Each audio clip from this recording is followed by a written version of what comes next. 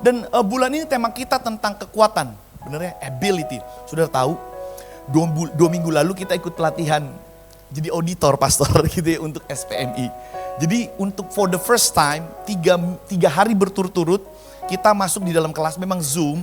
Tapi itu 9 jam per hari, which means gitu 27 jam 3 hari. Dan saudara tahu kita itu kalau di rumah selalu dapat julukan ngana rupa setrika kesana kemari, kita selalu dengan tapi motor dan kemudian banyak yang kita kerjakan. Tapi hari itu sekolah mengikat kita, dapat ikat kita baik-baik. Duduk kong ikut itu pelatihan auditor. Saudara 3 hari kita duduk dan saudara tahu ada yang menarik ini. Kan biasa kita bergerak.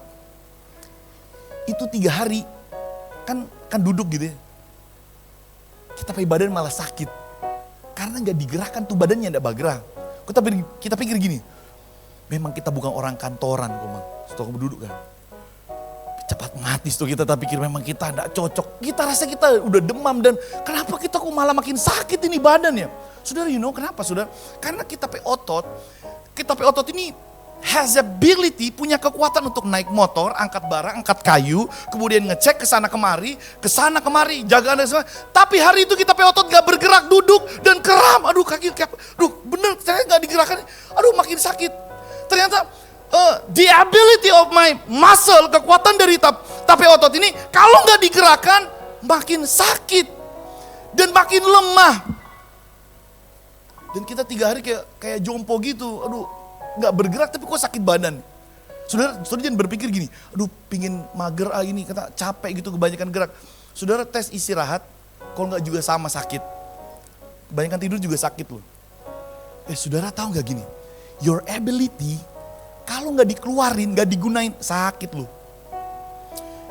Kalau kemampuan kita gak keluarkan, gak berfungsi, sakit. Jadi otot kita yang biasanya itu berfungsi, hari itu 3 hari gak berfungsi dengan benar. Saudara gini, jangan-jangan ada your ability, kemampuanmu yang kamu gak pakai, bahkan kamu gak persembahkan buat Tuhan. Aduh rugi loh. You get it? Hari ini kita akan belajar, ini menarik banget firman Tuhan saudara. Dan bukan cuma itu sebenarnya. Jadi waktu kita selama 3 hari itu kan praktek jadi auditor, kita juga ini dunia apa sih auditor, kita gak ngerti nih. Kita ayo harus ikut, aduh kita bukan kita sto ini no. Tapi at least gini, paling gak kita punya pengalaman. Jadi pretest lulus kita saudara. Post test lulus. Kita pikir kok bisa kita lolos ya? Aduh ini apa gitu, kita juga gak ngerti. Jadi audit itu memeriksa gitu. Kemudian mencari, memeriksa dan kemudian memberikan rekomendasi yang baik untuk kemajuan perusahaan. Kurang lebih gitu ya. Tapi dalam konteks kita di perguruan tinggi. Saudara ternyata gini, kita baru sadar ternyata kita waktu di tes itu dan kemudian kita praktek untuk mengaudit. Ternyata kita punya salah satu kemampuan mengaudit. Kita punya melihat sesuatu itu cepat gini, oh ini kekurangannya di sini dan mesti dibahasakan gitu ya. Begini saudara, ternyata selama ini kita punya ability untuk audit. Tapi selama ini kita gak pernah tahu. There is some abilities, ada juga kemampuan-kemampuan dalam dirimu yang bisa jadi masih tersembunyi. Dan masih tersimpan dan engkau gak tahu. Dan hari ini gereja Tuhan mau ngajarin kalau you have the abilities, kenapa gak kamu explore dan kemudian kamu persembahkan kepada Tuhan di dalam rumahnya. Betul gak? Betul ya? Jadi kita semacam, oh ya emang kita mungkin gak bisa hidupin sebagai auditor. Kita, I'm a pastor. Tapi paling gak kita ngerti ternyata dalam diri nih ada ability yang kita bisa pakai. Kalau sekarang mungkin GSJ atau kita butuh nih staff audit paling gak untuk beberapa hari. Kita bisa ikut serta untuk memakai kita punya kemampuan. Dipakai untuk melayani, membantu untuk kebaikan. Sama sebenarnya kebaikanmu, kemampuanmu, kelebihanmu. Waktu engkau explore, kemudian dia keluar dan kau persembahkan kepada Tuhan. Engkau pakai untuk pekerjaan baik di rumah Tuhan. It will be great. Amin. Nah hari ini kita akan belajar firman Tuhan dari Markus pasal 11. Saudara perhatikan baik-baik. This is awesome gitu. Ini firman Tuhannya keren sekali. Mari kita buka dalam Markus pasal yang ke-11. Itu ayat yang pertama. 1, 2, dan 3 ya saudara-saudara. Jadi kita akan baca saudara pelan-pelan. Dan kemudian saudara bisa perhatikan di belakang juga kayaknya ada ya. Nanti kita akan pelan-pelan lihat ke LED. Ketika Yesus dan murid-muridnya telah dekat Yerusalem, dekat Betfage, dan Betania dan Betfage dan Betania yang terletak di Bukit Zaitun, Yesus menyuruh 2 orang muridnya, dengan pesan, pergilah ke kampung yang di depanmu itu. Pada waktu kamu masuk di situ, kamu akan segera menemukan seekor keledai muda tertambat yang belum pernah ditunggangi orang. Lepaskan keledai itu dan bawalah kemari. Dan jika ada orang yang mengatakan kepadamu, mengapa kamu melakukan itu? Jawablah, Tuhan memerlukannya. Ia akan segera mengembalikannya ke sini. Begitu ya. Jadi Tuhan suruh murid-muridnya untuk ambil itu keledai. Masih muda tak ika, kong dia bilang mau pakai itu keledai itu. Oke, here we go. Nah, coba sekarang kita lihat saudara, coba kita bisa gak di depan? Nah, saudara bisa lihat di depan sini. Ini kita mau bahas pelan-pelan. Ini bagus sekali gitu ya. Nah, pergilah ke kampung yang di depanmu itu, di kampung di depan itu ya. Dan pada waktu kamu masuk ke situ, kamu akan segera menemukan seekor keledai muda tertambat. Nah, Yesus memerlukan ini keledai muda. Kalau kita lihat di pasal setelahnya, bahwa Yesus kemudian akan melakukan perjalanan di sepanjang jalan Yerusalem, itu naik keledai dan kemudian di sanalah orang-orang bilang Hosana bagi raja gitu ya. Jadi supaya tergenapi apa yang dibilang Yesaya, bahwa nanti Sang Mesias itu memang akan lewat dan kemudian dengan keledai dan orang-orang memuji dia. Itu supaya tergenapi bahwa he is the Messiah, kurang lebih gitu. Dan untuk mengendapi itu dia memerlukan keledai muda. Nah saudara, waktu kita baca keledai muda ini, memang bahasa aslinya dan kemudian waktu kita lihat-lihat, memang keledai muda gitu ya. Seperti ada yang bilang ini kuda yang masih muda gitu. Tapi ya paling enggak kita lihat bahwa terjemahan Indonesia sepakat dengan KJV, dia keledai muda atau colt dalam bahasa Inggrisnya gitu ya. Nah saudara tahu, ini menarik, kenapa Yesus kok butuh keledai muda? That's the question, kenapa mesti keledai muda? Nah saudara gini, kalau kita lihat keledai muda, kalau kita pelajari keledai muda ini, itu gini, gambaran hewan atau hewan yang dia itu masih low character. Saudara, keledai itu ngelawan saudara. Dan kadang kalau dia lagi nggak mau, dia nggak mau ditarik gitu. Jadi apalagi dia masih muda, keledai muda itu biasanya, kenapa dia diikat saudara? Karena dia belum layak untuk dibawa. Masih muda, karena masih jabagal liar-liar gitu saudara. Masih suka mau ke sana, kemudian hantam orang meja mungkin, atau di tamannya orang-orang, pagarnya orang. Karena dia masih muda, still in low character, karakternya masih belum. Dan saudara, dia masih muda, artinya gini, dia belum terbentuk. Dia belum terbentuk. Masih muda, low character, belum terbentuk. Tapi sekalipun belum terbentuk, dia adalah keledai. Saudara tahu keledai? Keledai beda dengan kuda. Kuda memang cepat, tapi soal angka berat, keledai lebih kuat. Jadi waktu itu ada orang punya kuda, tergantung peruntukannya. Tapi keledai itu menjadi penting transportasi di masa itu.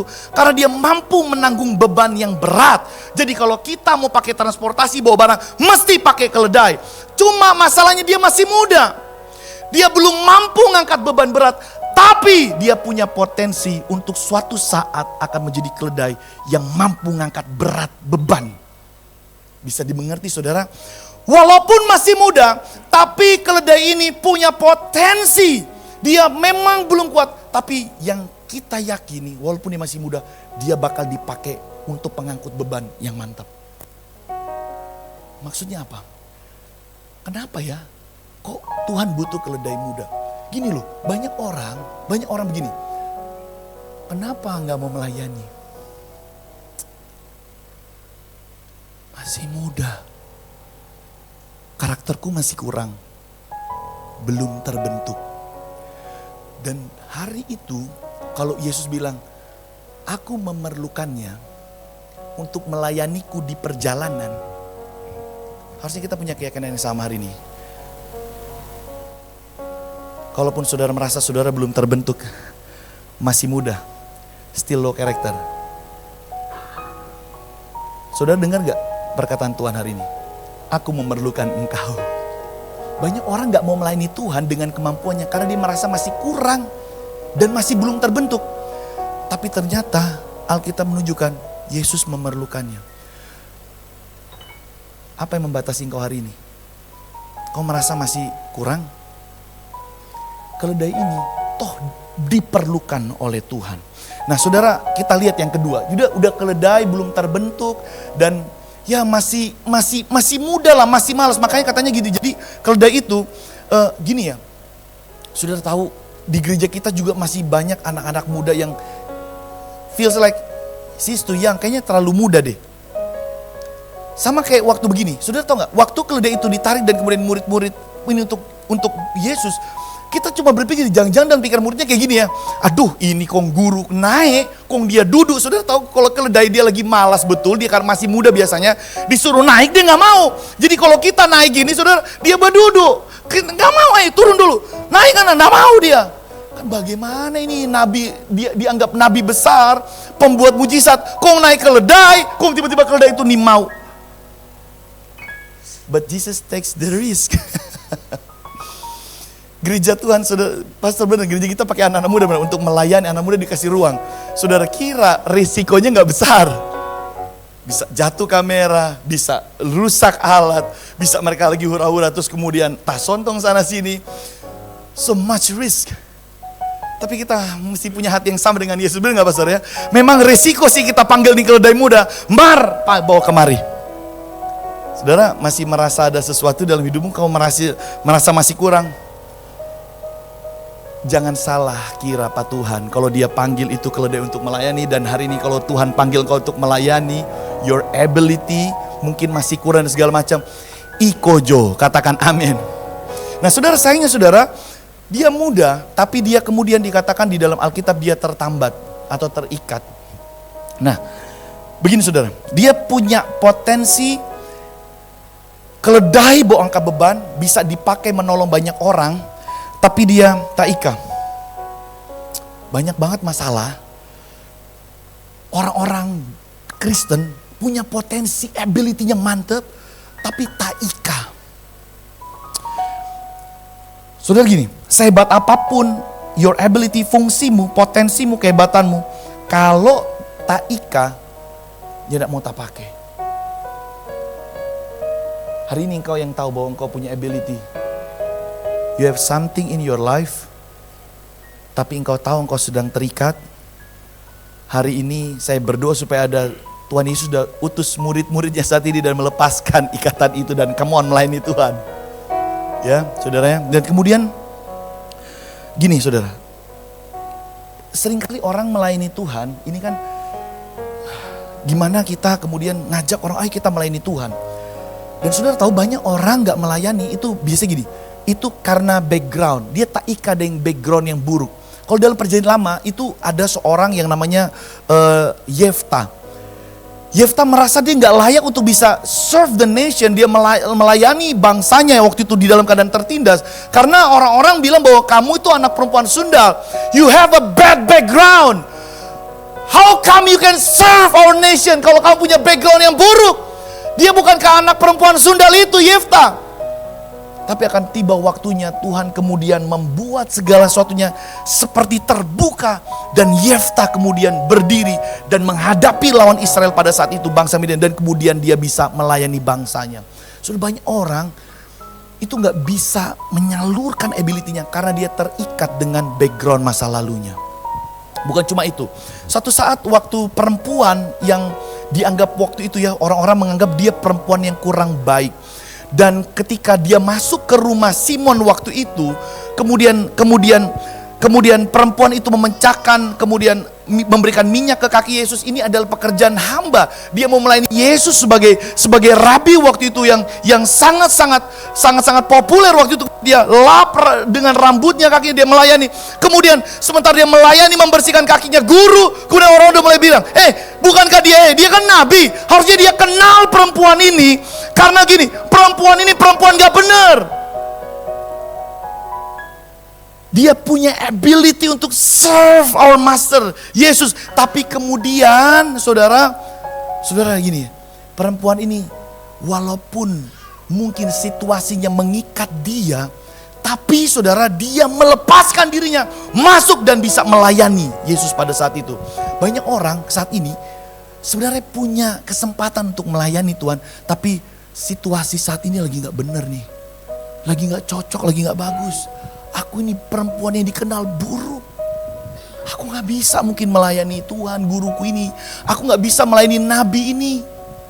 Tapi hari itu dia masuk dan kemudian dia melayani Yesus. Sepertinya perempuan ini melepaskan dirinya dari situasi yang mungkin sudah lama menjerat dia. Banyak banget nih pertanyaan-pertanyaan. Pastor, banyak juga pertanyaan-pertanyaan kita di saat itu. Pastor Paski, bagaimana ya? Kalau orang punya background yang buruk gitu tentang family dengan pasangannya atau mungkin masa lalunya buruk, masih bisa gak melayani? Kalau kemudian orang itu punya masa lalu buruk dan gereja bilang selamanya dia gak bisa melayani, gereja berarti yang baik apa dia?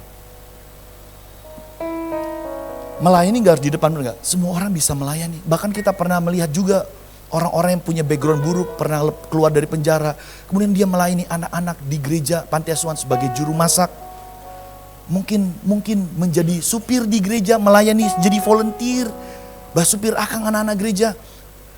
Banyak orang berpikir kalau kita punya background, kita punya situasi buruk, kita gak layak melayani Tuhan. Orang berdosa mana yang gak bisa melayani Tuhan? Dan gereja kita yang saya tahu, kita akan mencarikan tempat di mana setiap orang bisa melayani. Meskipun dia mungkin punya background yang buruk dia rasa. Selalu ada tempat di rumah Tuhan bagi siapapun untuk melayani dia. Amin. Kalau hari itu Yesus tidak menendang perempuan itu, berarti hari ini kita juga gak boleh tendang orang yang berdosa untuk melayani Tuhan. Betul gak? Makanya, ayolah melayani Tuhan. With everything you have, with every background that you've been through. Kalau apapun background yang saudara sudah alami, saudara please buang jauh-jauh itu. Saudara mengikatkan saudara pada diri sendiri, sementara Tuhan sudah melepaskan saudara. Keledai ini tertambat. Kalau kita punya potensi bagus, kong taika, sayang. Adakah hari ini yang sedang mengikat engkau? Sehingga beberapa kali Pastor Ramli, mungkin pastor-pastor yang lain bilang, ayo melayani Tuhan yuk. Sudah masih ini mau, sudah masih ada yang taika. Saya berdoa dalam nama Tuhan Yesus dilepaskan. Amin. Haleluya. Dan kemudian begini saudara, ini ada yang menarik. Coba di ayat yang tadi lagi Kak, Markus pasal 11. Jadi selain tertambat atau terikat dia, kemudian dibilang begini. Seekor keledai muda tertambat yang belum pernah ditunggangi orang. Oke. Belum pernah ditunggangi orang. Artinya memang dia ini keledai, suatu saat dia pasti memang harus ditunggangi orang, bahkan dikasih beban. Tapi hari itu belum pernah karena dia masih muda, dia taika dan kemudian dia masih newbie, masih baru. Tapi Tuhan bilang lepaskan keledai itu dan bawalah kemari. Gini saudara ya, dia belum pernah ditunggangi orang, artinya dia debut, belum pernah. Kalaupun hari itu saudara dia mau melayani raja di atas segala raja, ini benar-benar terlalu berisiko. Karena belum pernah ditunggangi. Bagaimana kalau tiba-tiba dia marontak? Bagaimana kalau tiba-tiba dia tidak mau berdiri di tengah jalan? Gini, salah satu yang kemudian menghambat orang melayani Tuhan, mereka takut dengan yang namanya ini, first time. Sudah tahu, there always be a first time. Di dalam dunia ini selalu ada yang namanya awal mula. Banyak orang, ayo melayani Tuhan. Aduh, gimana Kang? Aduh, enggak mau Takut kita. Bagaimana Kang nanti kalau pertama kali? Sudah hari buang pikiran jauh-jauh. Kalau engkau mau melayani Tuhan, sekalipun itu kali pertama nantinya, bersukacitalah. Karena Tuhan bilang lepaskan keledai itu dan bawalah kemari. Dua murid Tuhan, itu keledai masih muda, apalagi dia masih low character. Kemudian dikatakan juga dia masih taika, belum pernah ditunggangi, belum pernah japake. Lepaskan, bawa kemari. Come on. Takut sama first time. Kenapa sih gak mau melayani? Kenapa gak mau memberi diri melayani? Aduh, gugup, ngerasa gak layak, merasa takut dengan first time. Hari buang jauh-jauh, come on, kita melayani Tuhan. Amin. Oke, kita lanjut. Yang pasti bring to Jesus. Tuhan, kita masih muda, belum mengerti, belum jadi kita. Belum pernah bawa kamari. Tuhan ada perlu. Amin ya saudara ya. Nah saudara, kemudian kita lanjut baca di ayat yang berikutnya. Dan beberapa orang yang ada di situ berkata kepada mereka, apa maksudnya kamu melepaskan keledai itu? Dan ayat yang ketujuh. Lalu mereka membawa keledai itu kepada Yesus dan mengalasinya dengan pakaian mereka. Kemudian Yesus naik ke atasnya. Saudara, Akhirnya dibawalah keledai ini, kemudian Yesus naik ke atasnya. Nah, ada yang menarik saudara di ayat ini. Tunggu bentar ya saudara ya, kita lihat. Ada yang menarik ketika Markus mencatat orang-orang itu bertanya untuk apa itu, dan ayat ketiga menjawabnya. Tadi ada yang kelewatan. Nah benar, ayat yang ketiga yang kelewatan. Dan jika ada orang mengatakan kepadamu, mengapa kamu lakukan itu? Jawablah, Tuhan memerlukannya. Ia akan segera mengembalikannya ke sini. Untuk apa keledai itu? Tuhan memerlukannya. Tuhan memerlukannya. Kita baca ini, kita coba renungin. Apa maksudnya waktu Yesus bilang kepada murid-murid, tolong bilang pada orang-orang itu, kita perlu ini keledai. Pertanyaan gitu, saudara. Emang benar Yesus butuh keledai itu? Apakah benar-benar Yesus butuh itu? Tanpa keledai itu Yesus juga bisa kok jalan. Tapi hari itu dia bilang kita perlu itu keledai. Nah begini saudara. Untuk melepaskan bangsa Israel dari Mesir, Tuhan memanggil Musa. Kemudian baru Harun. Kita mau tanya sekali lagi pada saudara. Benar gak sih Tuhan butuh Musa? Benar gak Tuhan butuh Musa sebenarnya? Tanpa Musa, tanpa Harun, Tuhan bisa melepaskan bangsa Israel dari Mesir. Tanpa Daud yang ngalahin Goliat, Tuhan bisa numbangkan Goliat. Tanpa Yefta, Tuhan bisa menyelamatkan bangsa Israel. Tanpa mereka semua, Tuhan bisa. Betul nggak? Tanpa kita, gereja ini juga bisa. Tanpa saudara, gereja Tuhan juga bisa berdiri. Tapi saudara percaya nggak kata ini dalam banget? Dibilang gini, Tuhan memerlukannya. Saudara, you will see this is grace. Jadi gini loh, kalau hari ini rumah Tuhan bilang, ayo kita melayani Tuhan. Gini ya, sebenarnya tanpa saudara-saudara ini di depan, Tuhan tetap bisa. Tanpa kita, Tuhan bisa. Tapi saudara bayangkan, yang punya segala-galanya bilang gini, kita perlu. Bukankah ini yang namanya kasih karunia? Bukankah ini yang namanya kehormatan? Kenapa dibilang melayani itu kehormatan? Gini ya, kita mau kasih tahu ya. Kenapa saudara sebenarnya melayani Tuhan tuh gini. Kita bingung, saudara, banyak kali orang melayani Tuhan gini pikirannya. Dapat apa? Dapat apa ya kita melayani? Atau apa? Mau eksplora gitu ya namanya melayani Tuhan. Saudara tahu nggak kedalaman kata melayani ini? Ini kehormatan loh. Nggak perlu. Saya tanpa you Tuhan bisa. Mar Tuhan tetap panggil dan bilang sini dengan kita. Bukankah ini namanya kasih karunia? Betul ya? Saudara gini. Kita kan juga tukang potong rambut. Saudara kita barber. Kita tadi pagi kita gunting tapi anak pakai rambut.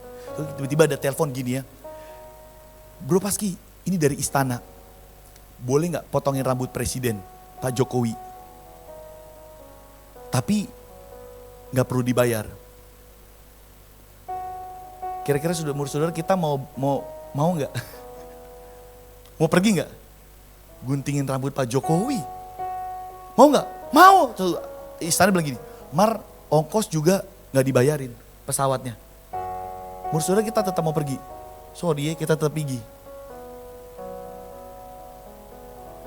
Itu cuma melayani presiden.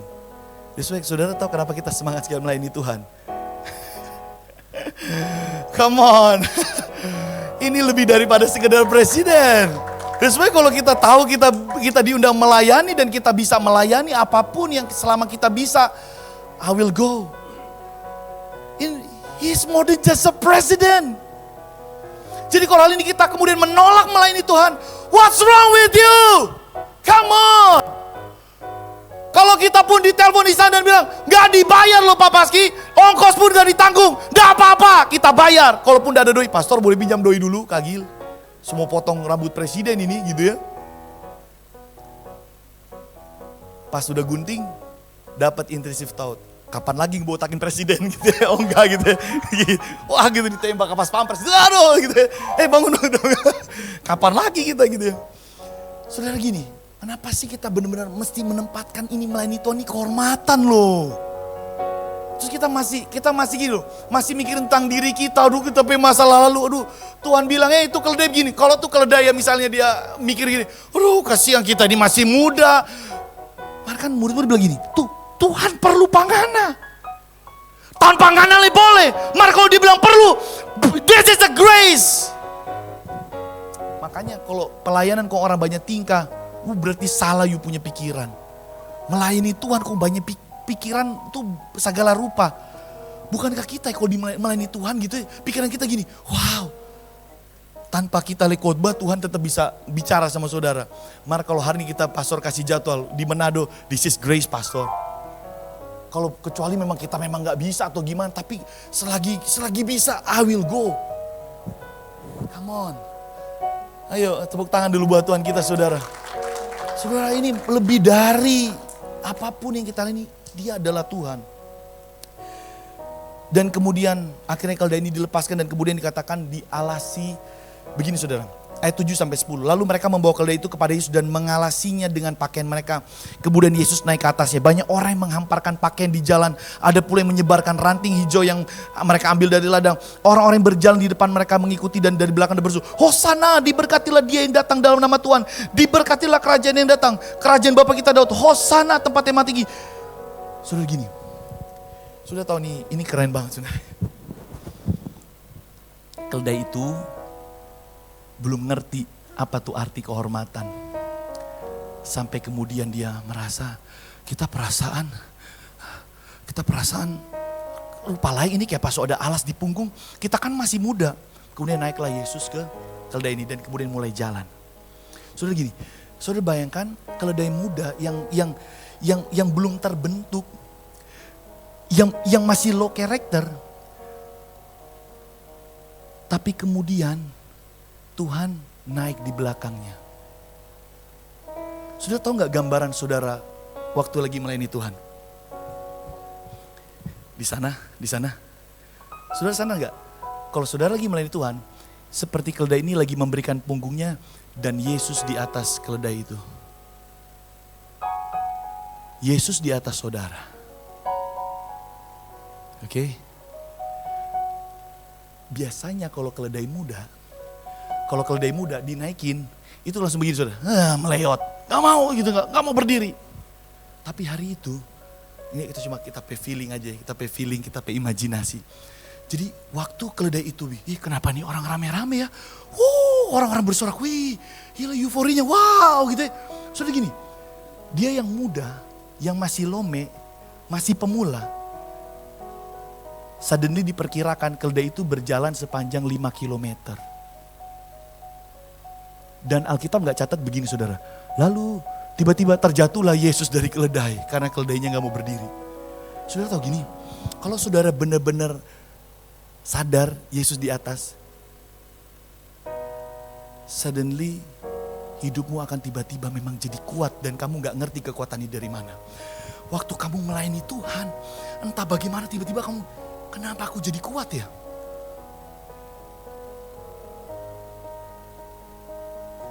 Masih muda, sepanjang 5 kilometer, tidak ada dicatat bahwa keledai itu duduk dan kemudian mempermalukan Tuhan.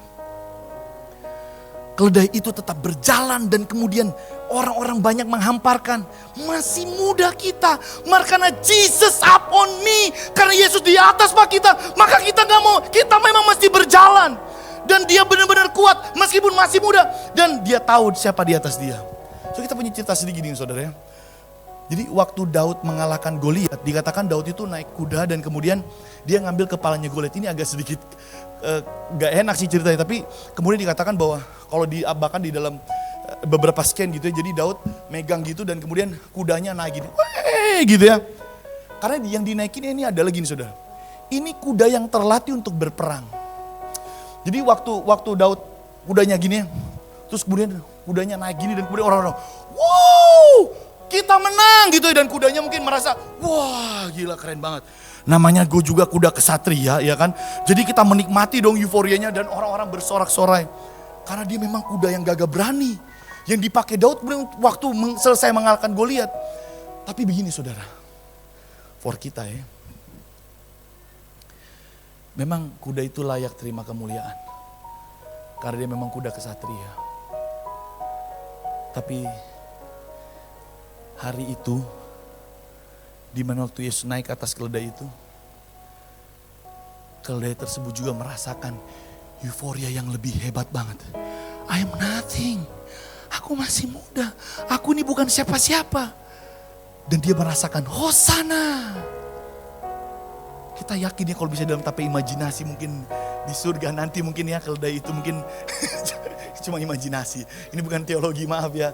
Ini mungkin waktu di sana gitu keledai yang waktu itu ketemu dengan kuda kesatria itu gitu. Terus apa ya, Daud di atas gua nih, raja di atas segala raja. Kira-kira menurut saudara mana yang lebih merasa bersuka cita? Dia nothing, dia bukan siapa-siapa, tapi kemudian waktu Yesus naik, dia menikmati kemuliaan. Makanya gini saudara, kita ya kalau ada orang bilang, wah keren banget ngadepi pelayanan. Kita coba begini nih, iya siapa dulu yang di atas gua, bukan gua kali. Emang siapalah saya?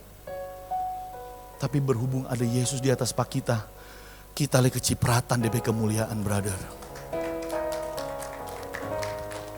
Saudara, gini, ada sesuatu yang saudara gak akan temukan di luar sana. DP kemuliaan. Kecipratan kemuliaan Tuhan. Gimana caranya? Melayani Tuhan.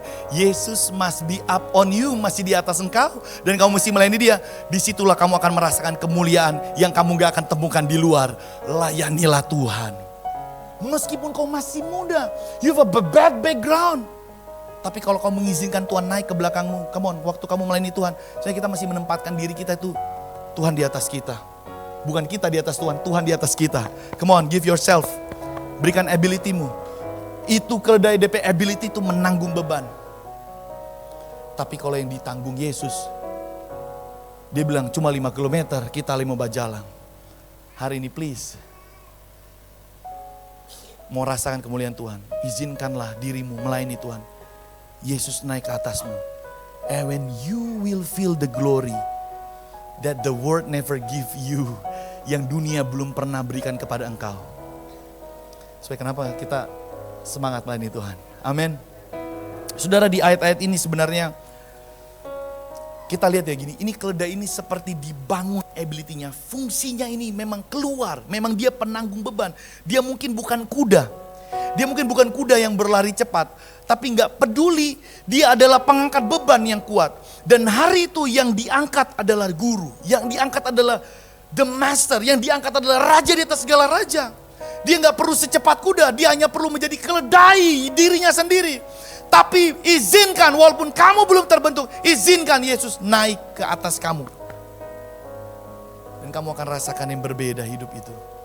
Amin. Saudara, yang kedua saudara, kita mau di pasal yang sama. Jadi ini menarik saudara, dalam satu pasal 11 ini ada yang menarik banget memang tentang ability saudara. Jadi keledai yang ability-nya tuh potensinya ada, tapi kemudian dia terikat, dia masih muda, tapi diperlukan oleh Tuhan. Dan dia memberikan dirinya untuk mengangkat Tuhan, untuk mengangkat guru kita ini. Berjalan 5 km, dia dipakai oleh Tuhan. Dan tapi kemudian saudara di pasal yang sama, di perikop yang berikutnya, kita udah mau habis. Yesus akhirnya pergi, kemudian dia melihat pohon ara. Keesokan harinya sudah Yesus dan ke-12 muridnya meninggalkan Betania.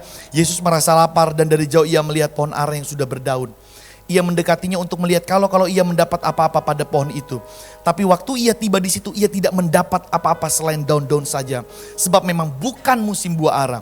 Maka katanya kepada pohon itu, jangan lagi seorang pun akan makan buahmu selama-lamanya. Dan murid-muridnya pun mendengarnya. Saudara gini, kemampuan utama sebagai pohon, yaitu berbuah.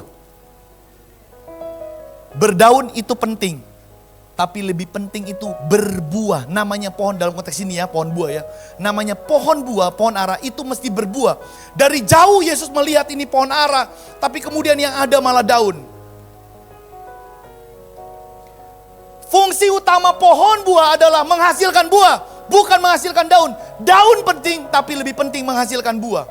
Saudara, dalam hidup ini, itu kemampuan kita itu banyak. Fungsi kita itu banyak. Saudara, dari pelajaran ini kita lihat Yang pertama, kita mesti build your function. Kamu mesti bangun fungsimu, kamu mesti bangun kemampuanmu. Ini keledai yang belum terbentuk, dibangun, dipercayakan, sampai kemudian dia bisa berjalan, dan kemudian mendapatkan kemuliaan, menerima kehormatan, karena Yesus di atas dia. Build the function. Tapi yang kedua, jangan lupa, kita kemudian bisa mengerti di satu titik, kita banyak fungsinya. Tapi kita mesti kenal fungsi utama kita. Pohon itu mesti tahu, Yesus lagi kasih tau muridnya, itu pohon ara harusnya berbuah, bukan berdaun. Kita belajar, oh gini.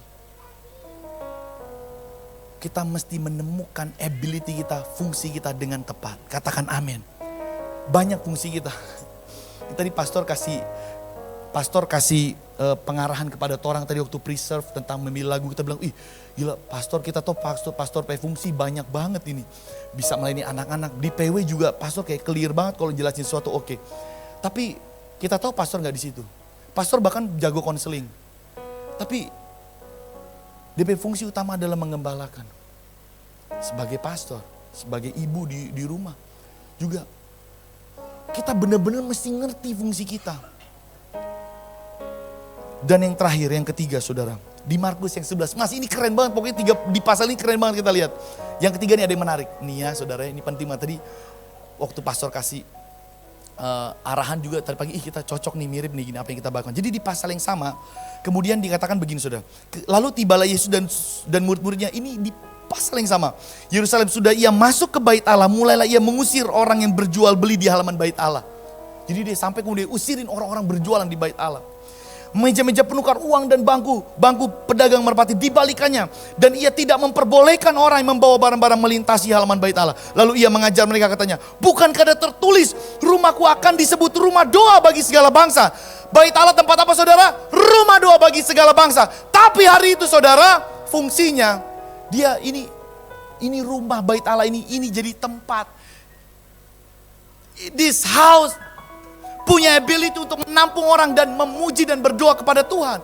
Tapi hari itu saudara, dia kena yang namanya malfunction. Fungsinya menyeleweng.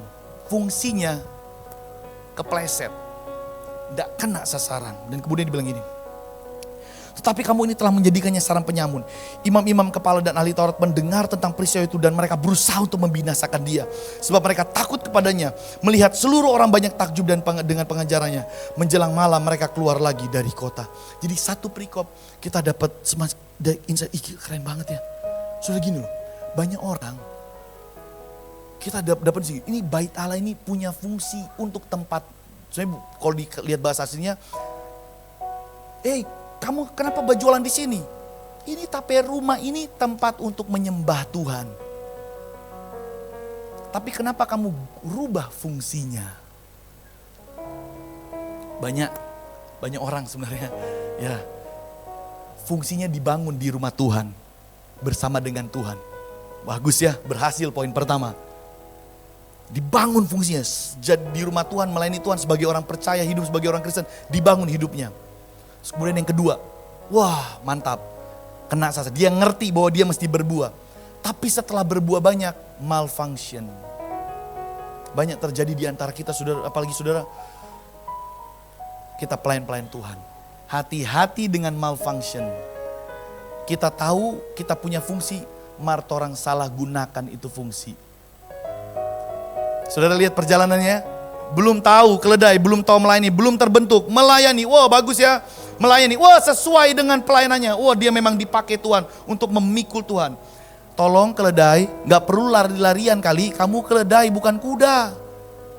Dia mesti ngerti fungsi utamanya, dia mengangkat beban. Jadi kalau kita melayani Tuhan, kita tahu fungsi kita. Fungsi kita sebagai gembala, kita melayani, kita berkhotbah. Kita gak mungkin iri lihat Sharon, bagus banget suaranya. Ya ampun gitu, coba kita jadi dia. Gak perlu kali begitu. Kita tahu itu. Kita tahu di dalam rumah ini banyak fungsinya. Tapi kita mesti ngerti apa yang menjadi fungsi utama kita. Kalau dia keledai, dia tahu bahwa dia memang mengangkat beban. Kalau kita tahu kita di rumah Tuhan memang sebagai pelayan Tuhan. Di multimedia, udahlah kemuliaan Tuhan ada di sana, di multimedia. Gak perlu merasa udah kayaknya udah larinya keren deh. Lari juga gua, enggak, lu angkat beban, enggak perlu lari-larian. cukup berjalan. Dan yang ketiga, nanti suatu saat saudara dibangun hidupnya, your ability, your function, please jangan malfungsi. So keren, ya banyak ya cerita-cerita juga pelayan Tuhan udah bagus-bagus banget dipakai Tuhan, tapi akhirnya jadi aneh-aneh.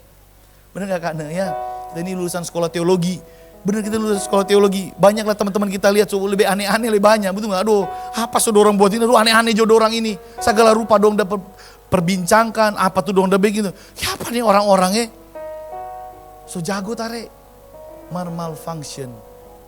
Tidak pada tempatnya. Saya berdoa gereja Tuhan. Kalau engkau memberi diri melayani. With your abilities. Persembahkan bagi Tuhan. Katakan amin. Kalau engkau sudah melayani, kamu temukan banyak, your abilities banyak banget Tuhan pakai, tapi karunia. Tapi kau mesti ngerti apa tuh yang paling utama.